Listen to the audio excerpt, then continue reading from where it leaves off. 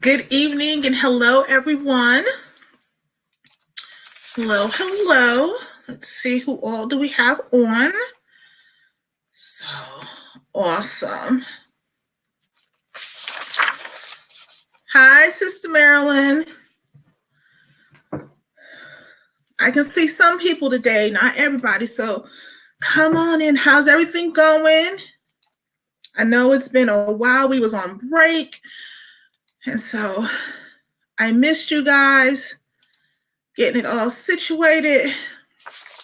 So got a couple of more, like another 10 or 15 seconds, and then we're going to jump right into the devotional. Oh, okay. I don't know what that is, but great. So let's go ahead and jump right and deep dive in. Of course, this week we are discussing Mary, the mother of Jesus. And like I said on yesterday, this came from us going through the Lent journey and going through, Pentecost and really understanding Jesus, the people who were around him, but we don't understand, the whole point of what his human domesticated life was before he was allowed to begin to walk into ministry. And so yesterday we talked about a joyful interruption. And tonight we will be talking about embracing God's expectations. Tonight's lesson is coming from Luke, the first chapter and the 38th verse. However, I will be reading from verses 33 through 38, just to give it a little bit more background content on what we are doing on this evening. Now, just to recap on yesterday, we was talking about Mary. Back in those days, Mary was probably about, like I said, anywhere between, say, 12 to 14 years old.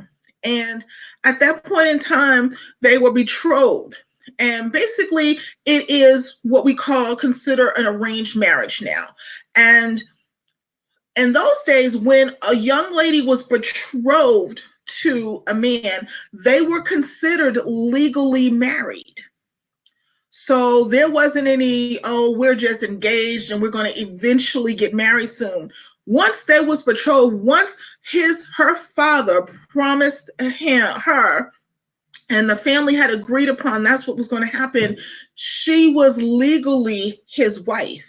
Now, domestically, they had not lived together, because then what happens in that day and time, what they used to do is a betrothed girl, once she's betrothed, now she takes the next year preparing for her marriage, meaning even, just reinforcing the domestic qualities that she would have, taking care of the home, preparing to be a mother and a wife. And that is something that is imparted on that full, first full year, the expectations that she should have of her husband and vice versa. So that is all happening at her home before she goes to live with her husband. So imagine, you're being told that you're going to be with child, and you've never been with a man, and you've never done any of these things. And now you're thinking about her and what could be going through her head. She was probably at the initial point scared. What is my family going to think? What is his family going to think? What is my husband going to think? Because then again, they wasn't just dating. This wasn't boyfriend and girlfriend. This wasn't we are going to get married. They were married. So now, how do I explain this thing to my husband? But that is why we should work on embracing God's expectations. Now, I am going to read Luke, the first chapter, and I'm going to read verses 33 through 38, and I'll be reading the King James Version. And it says, and he shall reign. Now, I'm going to start at 32. Let me start at 32. And it says, he shall be great, and he shall be called the Son of the Highest, and the Lord God shall give unto him the throne of his father David. And he shall reign over the house of Jacob forever, and of his kingdom there shall be no end. Then Mary said unto the angel, how shall this be, seeing I know not a man? And the angel answered and said unto her, the Holy Ghost shall come upon thee, and the power of the Highest shall overshadow thee. Therefore also that holy thing which shall be born of thee shall be called the Son of God. And Elizabeth, behold, thy cousin, she has conceived a son in her old age.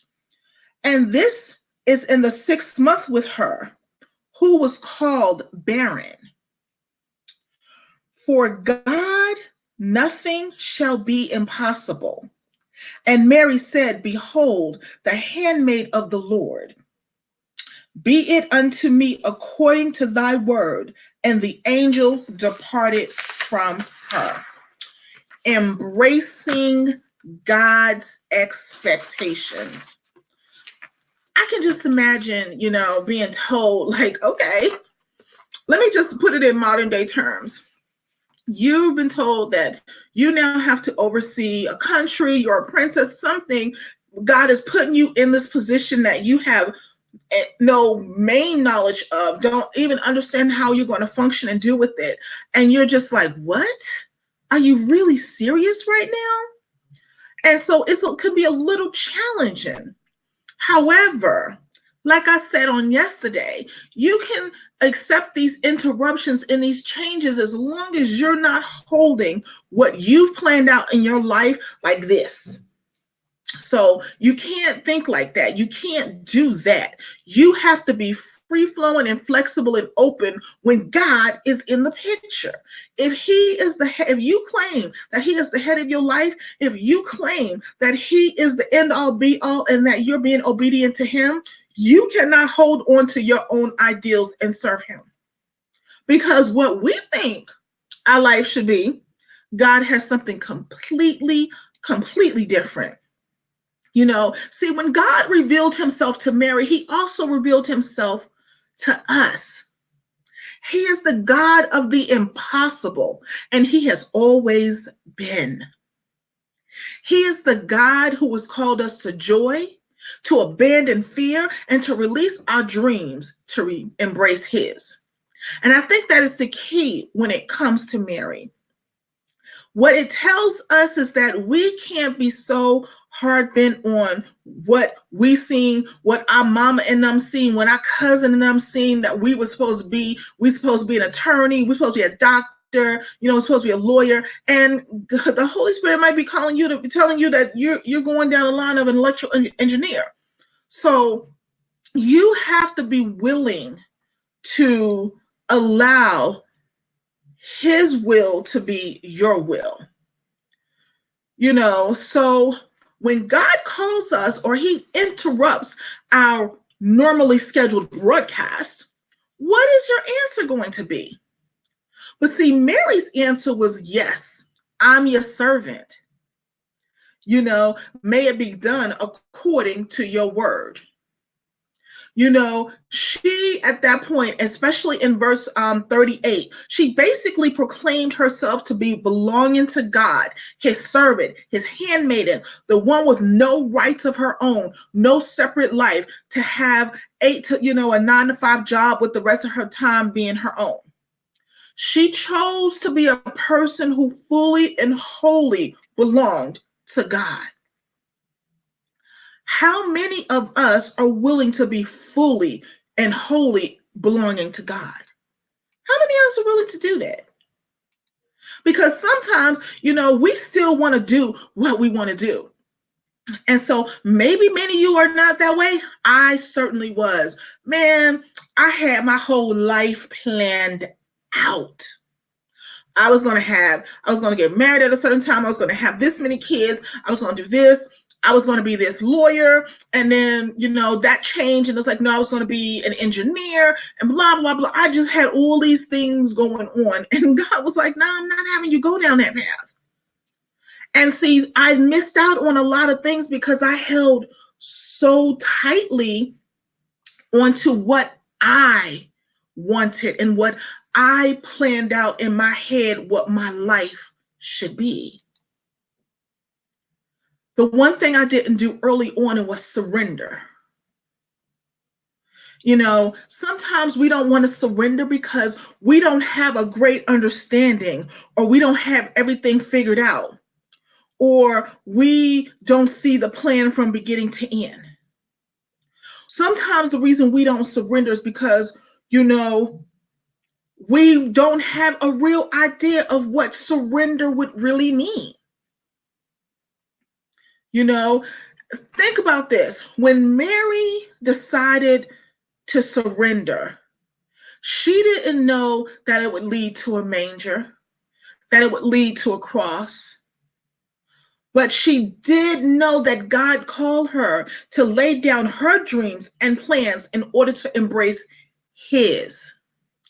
And she knew there would be a cost. So I want to dispel this myth that once you get saved and once you follow Christ, it is all ace, boo, cool, peachy keen. You ain't going to have no problems in the world. Blessings and everything is just going to be dropping, whatever. When you decide, when you make a conscious effort and a declaration to follow God, that is when the enemy now, he's coming after you because you're now a threat. And so he's going to do anything and everything in his power to make your life a living hell so that you will turn your back on God and go back to serving him. You know how people say, shoot, I could be in the world doing that, not in church.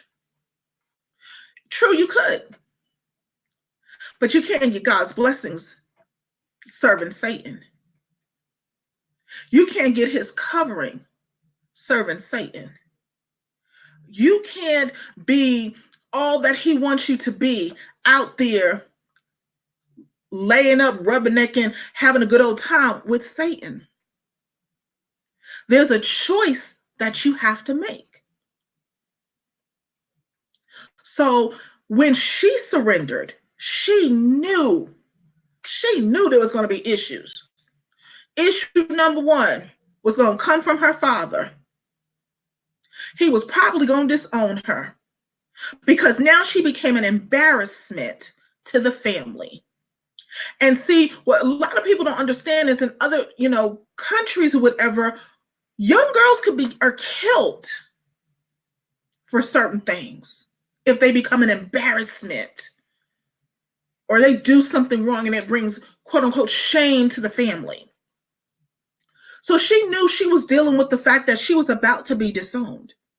People were going to whisper and question, her morality, her life. And not only that, it was going to come in home. Because now they're going to be looking at her husband like, so that's your wife. What's going on, player? He was going to question her. Those were going to be some arguments at night. But because she didn't know how it was going to end up. She didn't know how it was going to flesh out. She didn't know all the answers, but what she did is she surrendered. And sometimes that's what gets us jammed up. We get so jammed up in what other people are going to say, how they're going to say it, how they're going to treat us, how we're going to be able to move after we say yes. It doesn't matter what they say. Because them calling you all kinds of crazy or calling your, character into question isn't going to stop God from doing what he's going to do. It's not going to stop God from having the final say. So therefore, we have to stop allowing people to dictate how we elevate in Christ. Because so many times we look and we wonder and we just step back and be like, we give God half yeses and half surrenders. We'll give them a half yes and a half surrender, but we'll go to that corporate job and we'll give them all 100. We'll be working 40, 60, 80 hours a week, doing whatever they say, how they say it, when, whatever, to try to get up a corporate ladder. But you won't give God a yes so that he can take you higher. and to make sure that you have, riches and glory beyond anything you can imagine. But you can give your undying attention and unconditional surrender to the world. That once they're done with you, once they chew you up, all they do is spit you back out and they have no use for you.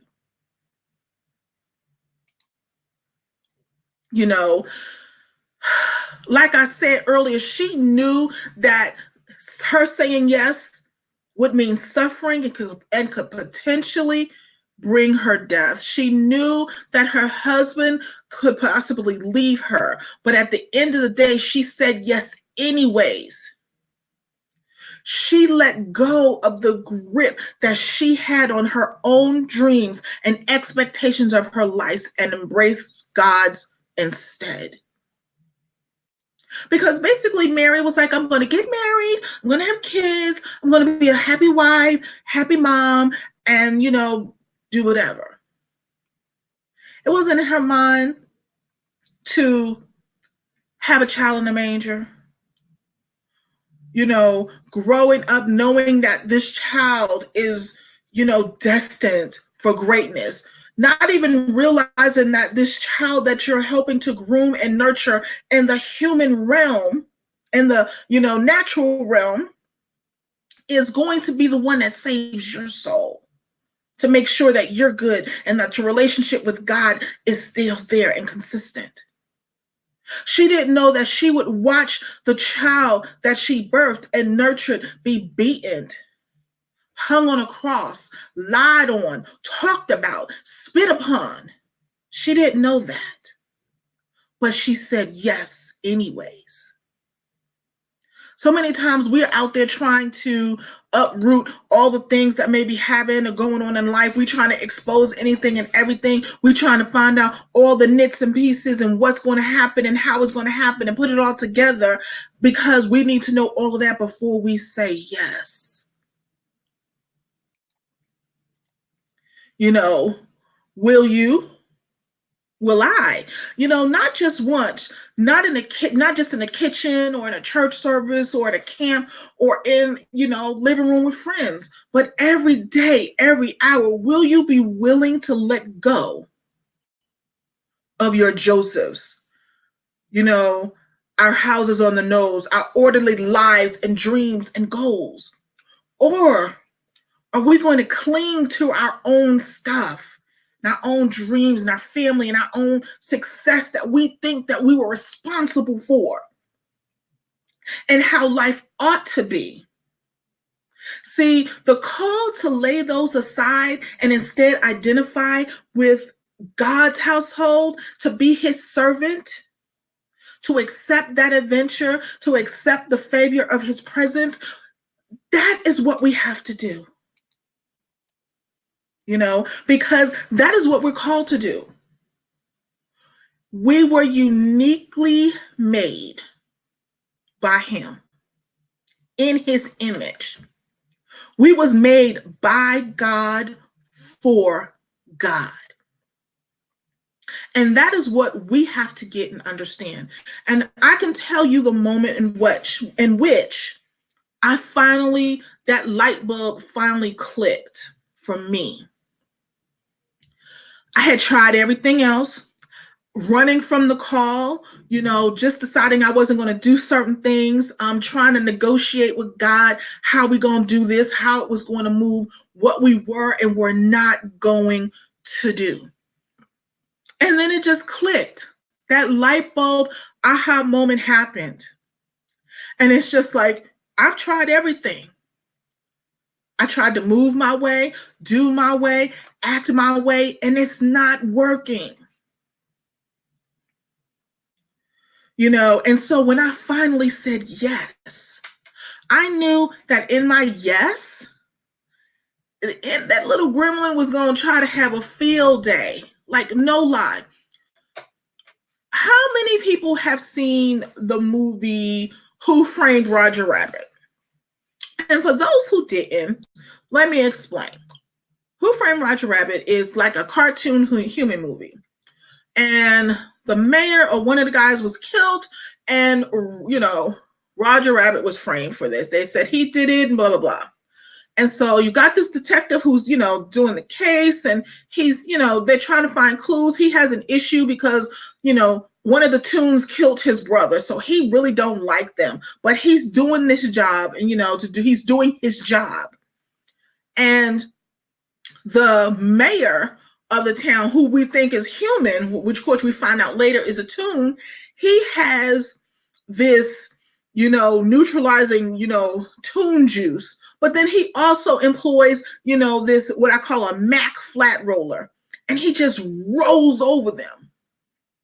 But see, because they're Toons and they bounce back, they just put some helium in and keep pushing. And that's what I feel like has been happening this week. It's like the enemy has gotten his hands on this little Mac roller truck, and he just keeps rolling over and trying to do things just to get me to come out of God's will. And now, 5 years ago, he might have been successful, at least with one of them. But now, because I said yes, and I knew that these things are going to come with the call, it doesn't even phase anymore. We're not going to get me fighting. We're not going to get into the arguments. Sometimes we have to accept that people turning their backs on us, people not liking us, people stabbing us in the back, people who are, the rogue among us is a part of the process, because they're necessary to get you to the next level.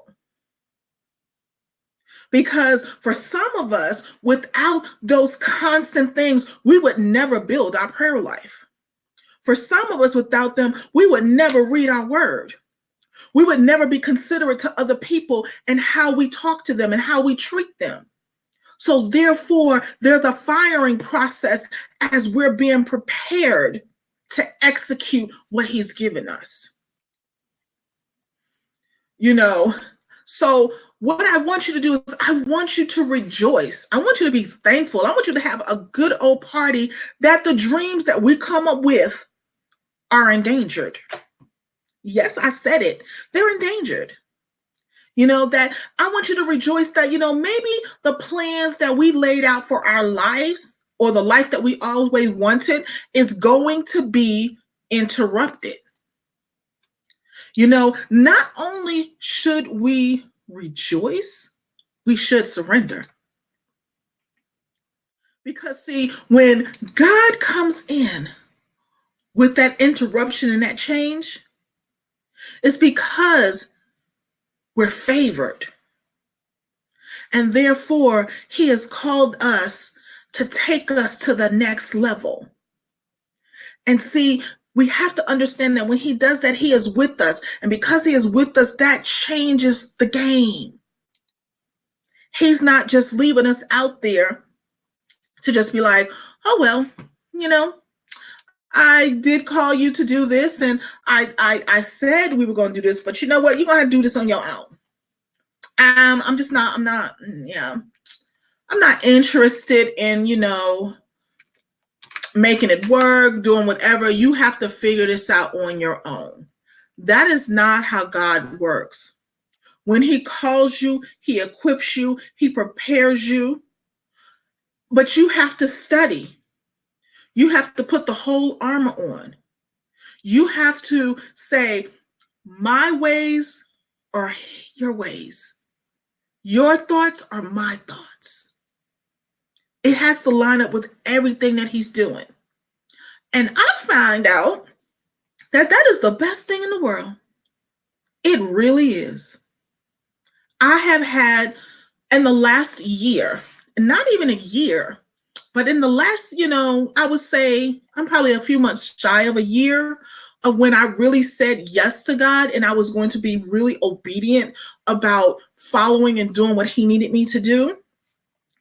I have seen doors open that would have never crossed my little finite mind that I had planned out. But I wouldn't have known that had I just not surrendered and allowed him to make the change. See, sometimes it's like football. And yes, I'm a football girl, so a lot of my references sometimes is football. It's like God sees the blitz coming and he calls an audible. Now, when they on the field and the quarterback sees a blitz and he calls an audible, his team doesn't question him. You know what? They may have been planning to move left, but he called that audible. They're going to move right.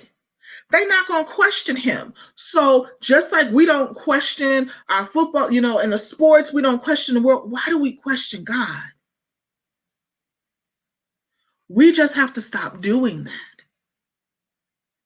Because once you stop questioning him and allow him to do what he's supposed to do, man, it'd be good. The gremlin don't give up. He doesn't. He gonna keep trying.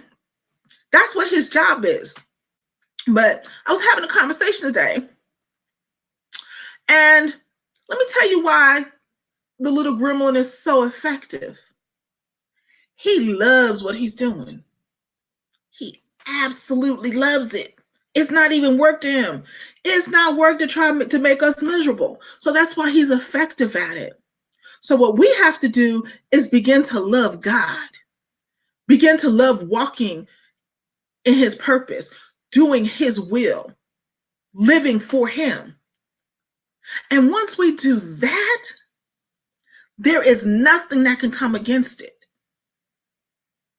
Enemy, he ain't gonna know what to do.